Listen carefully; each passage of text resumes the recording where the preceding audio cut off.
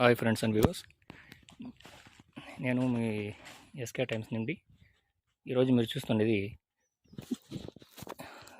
క్రిసాంతిమం plants నర్సరీలో ఎలా పెంచడం అండ్ ఎన్ని రోజుల పాటు ఈ ప్లాంట్స్ని పెంచుతాము అనేది చెప్పబోతున్నాను.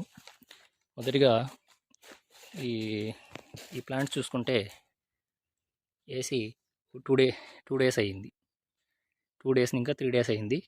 ఈ ప్లాంట్స్ ఎక్కడి నుంచి తీస్తాము అనేది మీకు చూపించబోతున్నాను.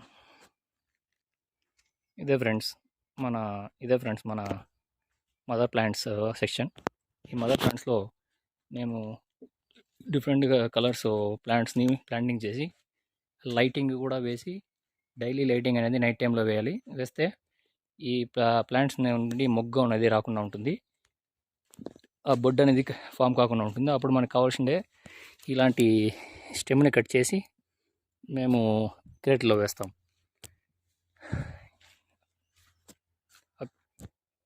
క్రేట్లో వేసినాక క్రేట్లో వేసే తర్వాత దానికి ముందు ఇక్కడ కోకోపిట్ అనేది కొద్దిగా యూస్ చేసి, ఇలాంటి కోకోపిట్ని మిక్స్ చేసి ట్రైకోడర్మా, సూడోమోనాస్ ఇలాంటివి వచ్చి బయో ఫెర్టిలైజర్స్ని మిక్స్ చేసి ఈ క్రేట్లో వేసి, ఆ తర్వాత కటింగ్ చేసి దాంట్లో మేము డిప్ చేస్తాము.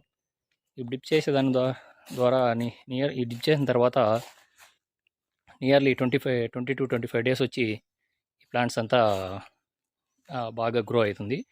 ఈ సెక్షన్ నుంచి వేసి నియర్లీ 3 to 5 డేస్ అయింది. ఇది ఇంకా డెవలప్ కావాలి. ఇది కొంచెం రూటింగ్ ఇంకా ఫామ్ కావడానికి కూడా ఒక 15 డేస్ పడుతుంది. మళ్ళీ ఇంకొక సెక్షన్ చూసినారంటే ఇది వేసి నియర్లీ ఒక 20 డేస్ దగ్గర అవుతుంది. ఈ ప్లాంట్స్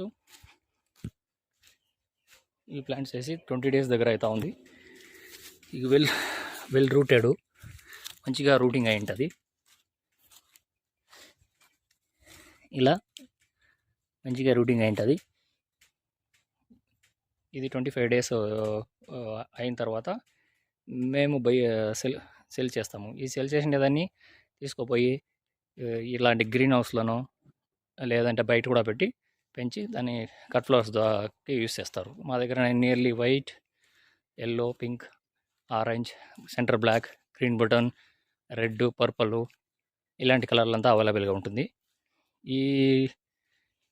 ఈ ప్లాంటింగ్ ఎలా వచ్చి క్రేట్లో వేస్తారనేది నెక్స్ట్ వీడియోలో డీటెయిల్గా చూస్తాం ఫ్రెండ్స్. బాయ్.